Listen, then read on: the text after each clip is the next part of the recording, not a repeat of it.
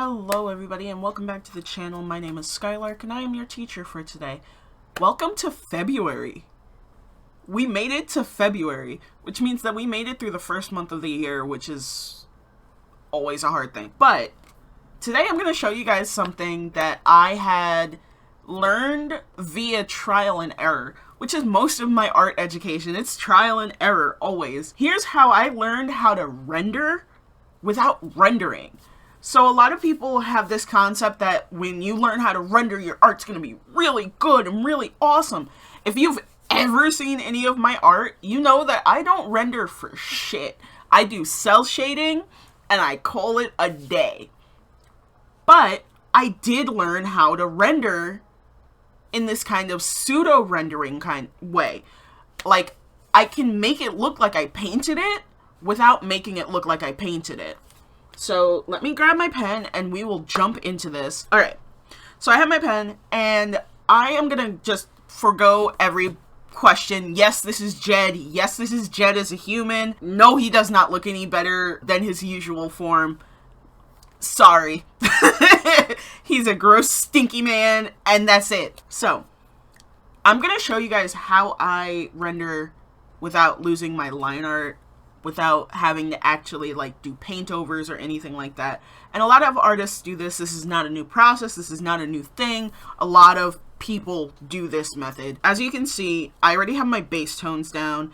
I am not going to change anything about this at all, but I am going to go ahead and make a new layer on top of the skin tone to start adding in those other colors that are needed, like the eyes, the lips, his jewelry, and I think that's it.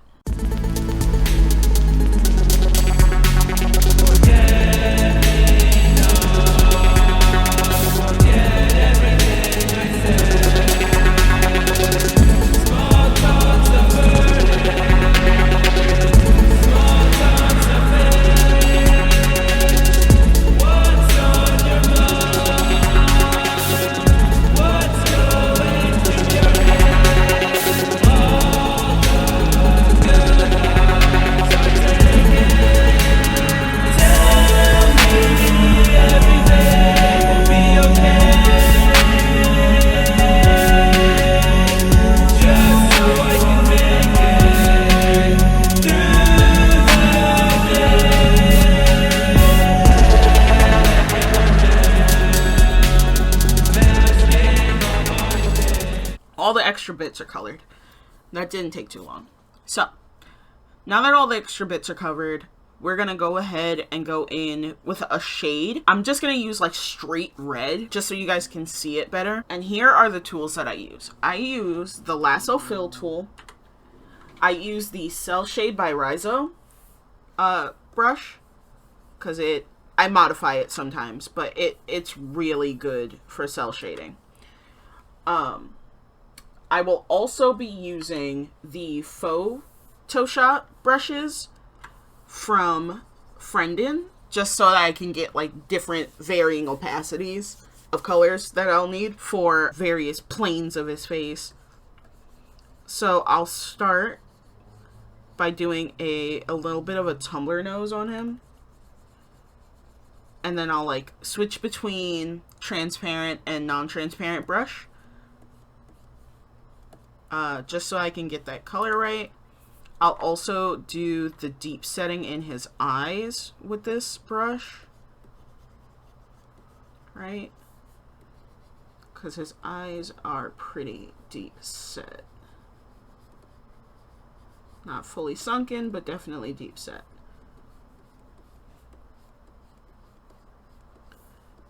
Right? So that kind of takes care of those like major areas of the face. I'll also go in with this brush and kind of give his cheek, there we go, give his cheek a bit of a sunken look. Oh, one more brush that I do use. I use the blender brush very often in this process. I keep certain hard edges, but I also go in and soften some edges because they need to be softened. Right? the under eye, this area here, the area between the bridge of your nose here and here, that's always going to be a soft curve, so I usually always soften that shape. Okay, next I will go back to my lasso selection, and I'll start selecting and blocking out those bigger shadows in an actual color. Don't forget to turn your color back on. That's something I do frequently. But I'll block out these bigger shapes.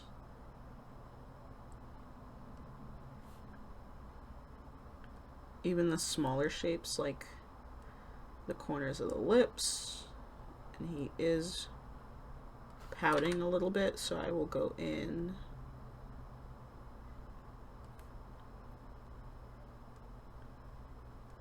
and fill those areas. If I want to create like a deeper set on the eyes, I'll go in under the line that I create for the eyelid and fill that area in. I'm gonna only focus on the face so that you guys can just kind of see how this process works, because it works for the whole piece. It's the same process. Go down into here to create that line for the I forgot the name of the muscle, but it's the muscle that connects your jaw to your collarbone. His brow is furrowed, so I'm gonna go in and add the shading under those wrinkles. I usually always add them only on one side, and usually it's the side under the wrinkle. So if the brow is wrinkled in, I'm gonna add, like if it's coming this way, I'm gonna add it underneath. Same with the regular brow. Just add that. Right? Then you add for the piercings. Even so much is going on top of the actual brushed stuff that you did. If you want to, this inner corner, you can add a little bit of shading right on the inside parts. Obviously, we have the eyes. And this is because I am doing the light from top down. If you were doing the light from a different angle, you would do the shadow for the eyes at a different spot. Oh, thank you, autosave. Alright. Then we add, like, in here for some ambient occlusion areas. And I think, in my opinion, that's really what sells a rendered, painted piece. I used air quotes and you guys couldn't see me. I'm so sorry. When you use ambient occlusion is, in my opinion, what sells that piece. I'll select the skin and the, actually, I'll just select the skin because that'll be better. And I'll create a mask so that it doesn't, like, go all over the place. We don't want that. Okay. Next step is to go in with your blending brush on the layer itself, not your mask, and soften up certain areas. So if you have, like, certain areas that you want to soften, not getting rid of all of the hard edges, but definitely cleaning up. Thank you. Wow. Definitely cleaning up some of the areas that you feel need to be cleaned up.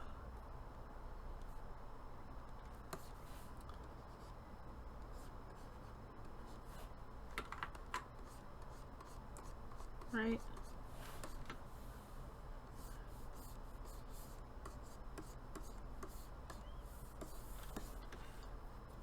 And then this is the part where I usually set it to multiply so that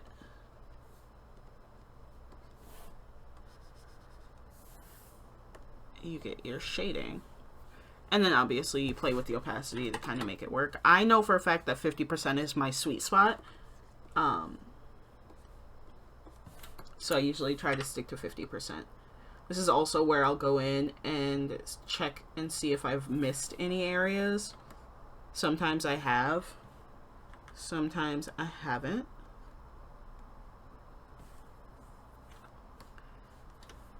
Sometimes I go in and I want to fix certain areas.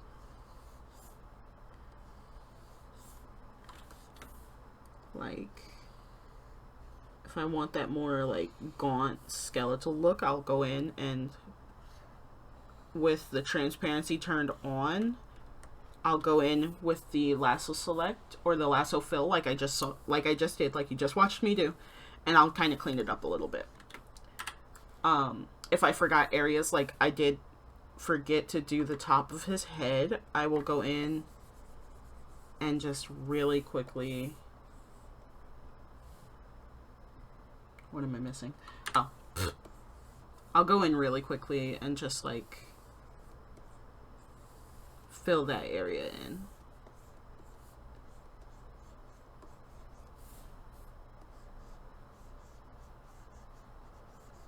And like I said, in this he is a little angry, so you add those wrinkles and the furrow in the brow and all that stuff. I found that while rendering, the best rendering, quote unquote, haha, the best tools that I found are like the mixing brushes. So mixing flat, mixing less opaque, mixing steep pressure, and just flat mixing. Those are the ones that I use the most when rendering. Right? Then I'll go back in again with the lasso fill tool, and I will clean up any of the areas that I feel need to be cleaned up. Make sure it's set to transparent so you can use it as an eraser.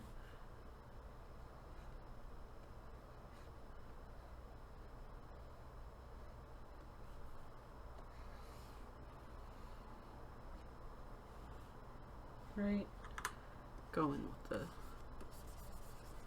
blending tool to blend it out a little bit more.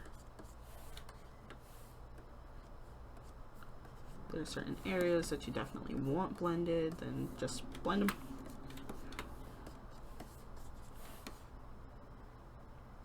Right? And then obviously you do the same, kind of the same situation with the lighting, the highlighting a little bit now. So for this, I originally set it to glow dodge, and for Jed's character, it's just a little too glowy. So I am going to switch it from glow dodge to, let's see, maybe color dodge, because color dodge will add a little bit of, yeah, color dodge. Color dodge works. Now, at this point, it looks pretty good, and I would leave it here, since it's just a really quick sketch. But if you want to take it further, you can kind of go in with the cell shading brush and kind of add highlights in specific spots.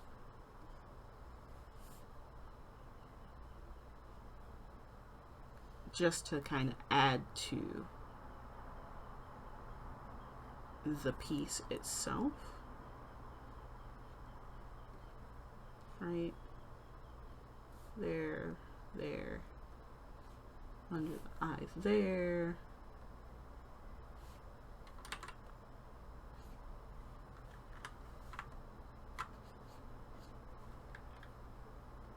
Obviously, clean that up. I highlight under the nose sometimes. I don't remember exactly where I picked that up from, but I did pick that up from somebody else.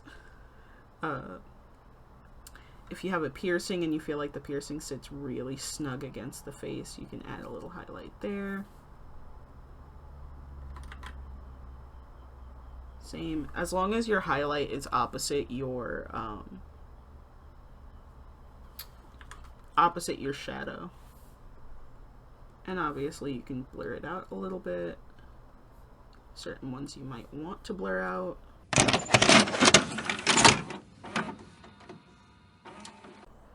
Hi, Future Skylark here. I am pausing this really quick to explain what happened. So if you noticed just previously there was a bit of cutting. The reason is because my OBS decided to betray me by allowing my browser audio to start playing when I was recording. It sucked. It was awful. But I did fix it somewhat. So I do apologize for that kind of jittery cutting. Essentially what I did was I set up the layer the same as I did for the shading layer. And that's all I did. Thank you for understanding, and let's get back to the video.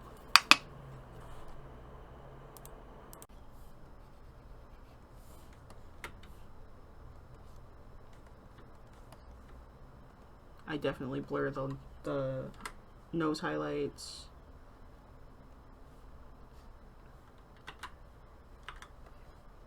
And like I said, because this is just a sketch, I really don't pay that much attention to it.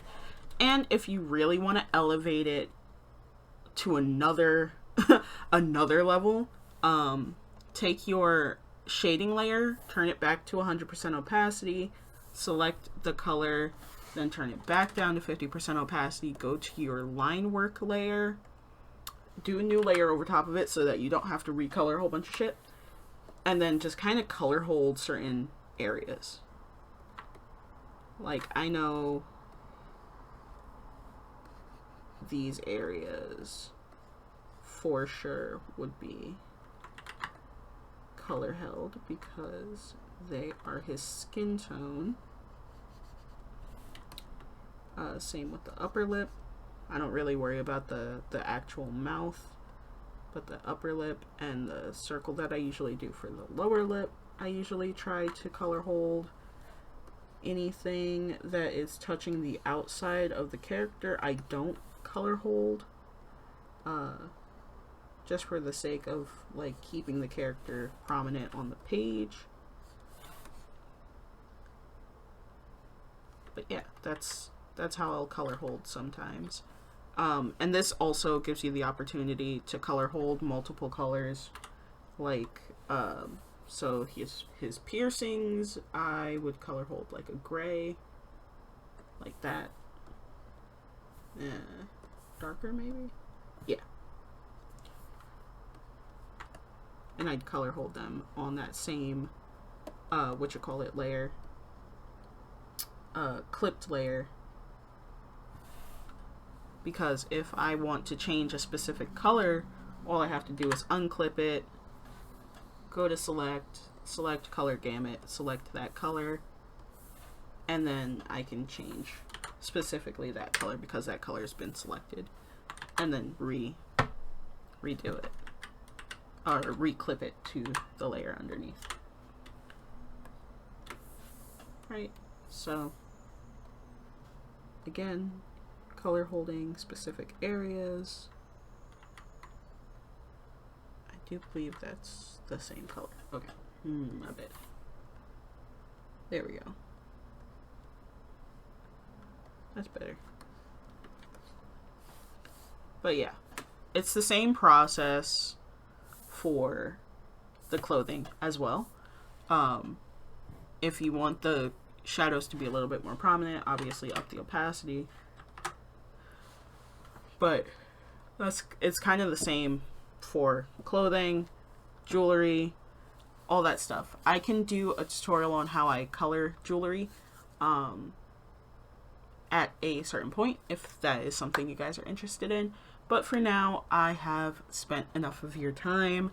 You have spent enough of your time with me, and I appreciate that. So I will see you guys next week for the next video. Bye.